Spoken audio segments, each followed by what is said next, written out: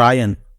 ಇದು 2024ರಲ್ಲಿ ಒಂದು Tamil action thriller ಜಾನರಲ್ಲಿ release ಆಗಿದ್ದು, ಧನುಷ್, ಪ್ರಕಾಶ್ ರಾಜ್, ಶರವಣನ್, ಎಸ್.ಜೆ. ಸೂರ್ಯ ಅವರು ಲೀಡ್ ರೋಲ್ ಆಕ್ಟ್ ಮಾಡಿ ಧನುಷ್ ಅವರೇ ಬರೆದು ಡೈರೆಕ್ಟ್ ಮಾಡಿರುವಂತ ಮೂವಿ. ಈ ಮೂವಿ ಯಾಕೆ ಇಷ್ಟು ಸ್ಪೆಷಲ್ ಅಂತ ಹೇಳೋದಾದ್ರೆ, ಇದು ಧನುಷ್ ಅವರ ಕೆರಿಯರ್ ನಲ್ಲಿ 50ನೇ ಮೂವಿ. ನಾನು ಆಲ್ರೆಡಿ ಹೇಳಿದ ತರ 50ನೇ ಮೂವಿ ಅನ್ನೋದು ಒಬ್ಬ ಆಕ್ಟರ್ ಲೈಫ್ ಅಲ್ಲಿ ಒಂದು ದೊಡ್ಡ ಮೈಲ್ ಸ್ಟೋನ್ ಆಗಿರುತ್ತೆ. ಆ ಮೈಲ್ ಸ್ಟೋನ್ ನಾನು ಯಾರು ಹೆಲ್ಪ್ ಇಲ್ದೇನೇನು ತಾನೇ ಡೈರೆಕ್ಟ್ ಮಾಡಿರುವಂತ ಮೂವಿನಲ್ಲೇ ನಾನು ಆಕ್ಟ್ ಮಾಡ್ತೀನಿ ಅಂತ ಅವರು ಒಂದು ಡ್ರೀಮ್ ಪ್ರಾಜೆಕ್ಟ್ ನ ರಿಲೀಸ್ ಮಾಡಿದ್ದಾರೆ. ಈ ಮೂವಿ ಸ್ಟೋರಿ ಬಗ್ಗೆ ಹೇಳೋದಾದ್ರೆ, ಧನುಷ್ ಅವ್ರ ಜೊತೆಗೆ ಇಬ್ರು ತಮ್ಮಂದ್ರು ಒಬ್ರು ತಂಗಿ ಇರ್ತಾರೆ. ಅವ್ರು ಚಿಕ್ಕ ವಯಸ್ಸಲ್ಲೇನೆ ಅವ್ರ ಅಪ್ಪ ಅಮ್ಮ ಅವರಿಂದ ದೂರ ಆಗ್ತಾರೆ.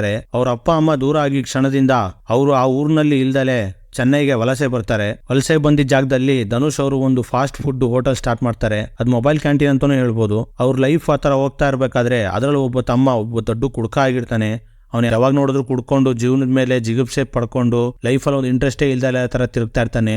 ಇನ್ನೊಬ್ಬ ತಮ್ಮ ಕಾಲೇಜ್ ಸ್ಟೂಡೆಂಟ್ ಆಗಿರ್ತಾನೆ. ಈ ಒಂದು ಪಾಯಿಂಟ್ ಅಲ್ಲಿ ಆ ಒಬ್ಬ ತಮ್ಮ ಈ ಮೂವಿನಲ್ಲಿ ಬರೋ ಇಬ್ರು ವಿಲ್ಲನ್ಸ್ ಜೊತೆಗೆ ಜಗಳ ಮಾಡ್ಕೋತಾನೆ. ಆ ಜಗಳದಿಂದ ಅವ್ರ ಅಷ್ಟು ಜನದ ಲೈಫು ಚೇಂಜ್ ಆಗುತ್ತೆ. ಅದು ಹೇಗ್ ಚೇಂಜ್ ಆಗುತ್ತೆ ಅಂತಂದ್ರೆ, ತಮ್ಮರಿಗೋಸ್ಕರ ಧನುಷನೇ ಫೀಲ್ಡಿಗೆ ಇಳಿದು ಅವ್ರ ತಮ್ಮಂದ್ರನ್ನ ಕಾಪಾಡಕ್ಕೆ ಮುನ್ನುಗ್ತಾನೆ. ಇದಾದ್ಮೇಲೆ ಮೂವಿ ಏನಾಗುತ್ತೆ ಅನ್ನೋದೇ ನೆಕ್ಸ್ಟ್ ಸ್ಟೋರಿ. ಈ ಮಿಡಲ್ ಅಲ್ಲಿ ಪ್ರಕಾಶ್ ರಾಜ್ ಅವರು ಕೂಡ ಆ ವಿಲನ್ಸ್ ಜೊತೆ ರಿವೆಂಜ್ ತಗೋಬೇಕು ಅಂದ್ಬಿಟ್ಟು ಒಬ್ಬ ಪೊಲೀಸ್ ಆಫೀಸರ್ ಆಗಿ ಸ್ಕ್ರೀನ್ ಅಲ್ಲಿ ಅಪಿಯರ್ ಆಗ್ತಾರೆ. ಅವ್ರಿಗೂ ಆ ವಿಲನ್ಸ್ಗೂ ಏನ್ ಸಂಬಂಧ, ಅವ್ರು ಯಾಕೆ ರಿವೆಂಜ್ ತಗೊಳಕ್ಕೆ ರೆಡಿ ಆಗಿದ್ದಾರೆ ಅನ್ನೋದೇ ಈ ಮೂವಿಯ ಕಂಪ್ಲೀಟ್ ಸ್ಟೋರಿ. ಈ ಮೂವಿ ಪಾಸಿಟಿವ್ಸ್ ಬಗ್ಗೆ ಹೇಳೋದಾದ್ರೆ, ಧನುಷ್ ಅವರ ಆಕ್ಟಿಂಗ್ ಬಗ್ಗೆನೇ ಹೇಳ್ಬೇಕು. ಆಸ್ ಯೂಶಲ್ ಎಲ್ರಿಗೂ ಗೊತ್ತಿರೋ ತರ ಧನುಷ್ ಅವರ ಆಕ್ಟಿಂಗ್ ಬಗ್ಗೆ ಯಾವುದೇ ಮಾತಿಲ್ಲ.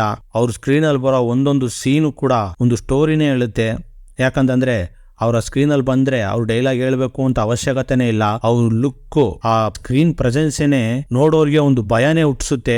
ಏನು ಡೈಲಾಗ್ ಹೇಳ್ದಲೇನೆ 1000 ಮಾತುಗಳನ್ನ ಮಾತಾಡೋ ಆ ಲುಕ್ಕೇ ಸಾಕು ಸ್ಕ್ರೀನ್ ಅಲ್ಲಿ. ಆಲ್ರೆಡಿ ಹೇಳಿದ ತರ ಇದೊಂದು ಆಕ್ಷನ್ ಜಾನರ್ ಅಲ್ಲಿ ರಿಲೀಸ್ ಆಗಿದ್ರಿಂದ ಸ್ಟಾರ್ಟಿಂಗ್ ಟು ಎಂಡ್ ತುಂಬಾ ಆಕ್ಷನ್ಸ್ ಇಂದಾನೇ ಮೂವಿ ಕಂಪ್ಲೀಟ್ ಆಗಿ ಕವರ್ ಆಗೋಗಿದೆ. ಆ ಎಲ್ಲಾ ಆಕ್ಷನ್ ಸೀನ್ಸ್ ಗಳಿಗೆ ಒಂದು ದೊಡ್ಡ ಬ್ಯಾಕ್ ಬೋನ್ ಆಗಿ ನಿಂತಿದ್ದೇನೆ AR ರೆಹಮಾನ್ ಅವರ ಮ್ಯೂಸಿಕ್ ಮತ್ತೆ ಸಿನಿಮಾಟೋಗ್ರಫಿ. ಈ ಎರಡು ಎಲಿಮೆಂಟ್ಸ್ ಇಲ್ಲ ಅಂತಂದ್ರೆ ಒಂದು ಆಕ್ಷನ್ ಸೀನ್ ಆ ಸ್ಕ್ರೀನ್ ಅಲ್ಲಿ ಅಷ್ಟೊಂದು ಹೆಸರು ಮಾಡಕ್ ಸಾಧ್ಯನೇ ಇಲ್ಲ.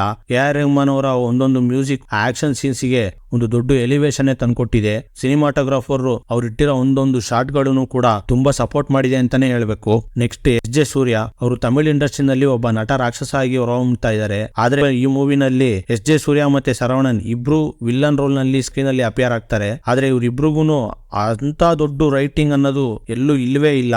ಅವ್ರ ಮೂವೀಸ್ ನ ನೀವು ನೋಡೋದಾದ್ರೆ ನಿಮಗೆ ಗೊತ್ತಿರುತ್ತೆ ಅವ್ರ ಆಕ್ಟಿಂಗ್ ಹೇಗಿದೆ ಅಂತ. ಬಟ್ ಅವ್ರನ್ನ ಕರೆಕ್ಟಾಗಿ ಇದ್ರಲ್ಲಿ ಯೂಸೇ ಮಾಡ್ಕೊಂಡಿಲ್ಲ. ಅದೇ ರೀತಿ ಪ್ರಕಾಶ್ ರಾಜ್ ಅವರು ಒಬ್ಬ ಪೊಲೀಸ್ ಆಫೀಸರ್ ಆಗಿ ಬರ್ತಾರೆ. ಎಲ್ಲೂ ಕೂಡ ಒಂದು ದೊಡ್ಡ ಎಲಿವೇಶನ್ ಸೀನ್ಸ್ ಆಗಲಿ ಮಾಸ್ ರೋಲ್ ಆಗಲಿ ಎಲ್ಲೂ ಕೂಡ ಇಲ್ಲ. ಒಂದು ಸೆಟಲ್ಡ್ ಆಕ್ಟಿಂಗ್ ಅಂತಾನೆ ಹೇಳಬೇಕು. ಈ ಮೂವಿ ನೆಗೆಟಿವ್ಸ್ ಬಗ್ಗೆ ಹೇಳೋದಾದ್ರೆ, ಧನುಷ್ ಅವರ ರೈಟಿಂಗ್ ಅಂತಾನೆ ಹೇಳಬೇಕು. ಯಾಕಂತಂದ್ರೆ ಅಂಥ ದೊಡ್ಡ ಡೀಟೇಲಿಂಗ್ ಅನ್ನೋದು ಈ ಮೂವಿನಲ್ಲಿ ಏನೂನೇ ಇಲ್ಲ. ಇದೇ ಜಾನರಲ್ಲಿ ತಮ್ಮಂದ್ರಿಗೋಸ್ಕರ ತಂಗಿಗೋಸ್ಕರ ಹೀರೋ ವಿಲ್ಲನ್ ಆಗೋದು, ಹೀರೋ ಡಾನ್ ಆಗೋದು, ಹೀರೋ ವಿಲ್ಲನ್ನ ಎದುರಿಸೋದು, ಈ ಥರ 1980s 90s ಅಲ್ಲೇನೆ ತುಂಬಾ ಮೂವಿಗಳು ಬಂದೋಗ್ಬಿಟ್ಟಿದ್ದಾವೆ. ಕನ್ನಡ ಮಾತ್ರ ಅಲ್ಲ, ಹಲವಾರು ಇಂಡಿಯನ್ ಮೂವೀಸ್ ಅಲ್ಲಿ ಇದೇ ಜಾನರಲ್ಲಿ ಬೇಜಾರು ಮೂವೀಸ್ಗಳು ಬಂದಿದ್ದಾವೆ. ಅದೇ ಪ್ಲಾಟ್ನ ತಗೊಂಡು ಮಿಡಲ್ ಅಲ್ಲಲ್ಲಿ ಆಕ್ಷನ್ ಸೀನ್ಸ್ನ ಆ್ಯಡ್ ಮಾಡಿ ನಾನು ಈಗಿನ ಜನ್ರೇಷನ್ಗೆ ಮೂವಿ ರಿಲೀಸ್ ಮಾಡ್ತೀನಿ ಅಂತಂದ್ರೆ ಯಾಕೆ ಆ ಥರ ಅಂಥ ದೊಡ್ಡ ನಿರ್ಧಾರ ತಗೊಂಡ್ರು ಅಂದ್ಬಿಟ್ಟು ನನಗೆ ಇವಾಗಲೂ ಅರ್ಥ ಆಗ್ತಿಲ್ಲ. ಎಸ್.ಜೆ. ಸೂರ್ಯ ಅವ್ರ ಆ್ಯಕ್ಟಿಂಗು ಹೇಗೆ ಅಂತ ಎಲ್ರಿಗೂ ಗೊತ್ತಿರುತ್ತೆ.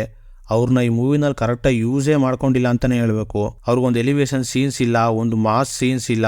ಅವ್ರಿಗೂ ಕೂಡ ಒಂದು settled acting. But over all Dhanush ಅವರು ತನಿಗೋಸ್ಕರ ಏನು ಮಾಡ್ಕೋಬೇಕೋ ಈ ಮೂವಿನಲ್ಲಿ ಅದನ್ನು ಕ್ಲಿಯರ್ ಆಗಿ ಮಾಡ್ಕೊಂಡಿದ್ದಾರೆ.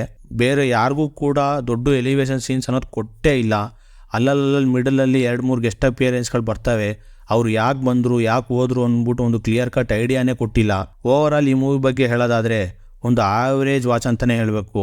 ನಾನು ಈ ಮೂವಿಗೆ ತುಂಬ ಎಕ್ಸ್ಪೆಕ್ಟೇಷನ್ ಇಟ್ಕೊಂಡು ಹೋದೆ. ಅದಕ್ಕೋಸ್ಕರ ನನಗೆ ಆ ಥರ ಫೀಲ್ ಆಯಿತು ಏನೋ ಗೊತ್ತಿಲ್ಲ. ಬಟ್ ಏನು ಎಕ್ಸ್ಪೆಕ್ಟೇಷನ್ ಇಲ್ದಲೇ ಹೋದರೆ ಈ ಮೂವಿ ಇಷ್ಟ ಆಗೋದಕ್ಕೆ ತುಂಬ ಚಾನ್ಸಸ್ ಇದ್ದಾವೆ.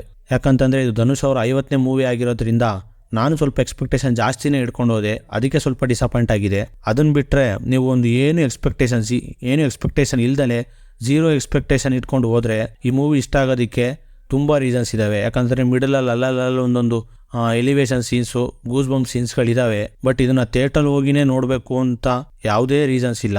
OTTಲಿ ಬಂದರೂ ಕೂಡ ನೋಡ್ಕೋಬೋದು. ಇದ್ರ ಮೇಲೆ ನಿಮ್ಮ ಇಷ್ಟ. ಸರಿ, ಓಕೆ ಫ್ರೆಂಡ್ಸ್, ಇನ್ನೊಂದು ವಿಡಿಯೋದಲ್ಲಿ ಬೇರೆ ಮೂವಿ ರಿವ್ಯೂ ಮಾಡಿ ನಿಮ್ಮನ್ನು ಸಿಗ್ತೀನಿ. ಅಲ್ಲಿವರೆಗೂ ಬಾಯ್.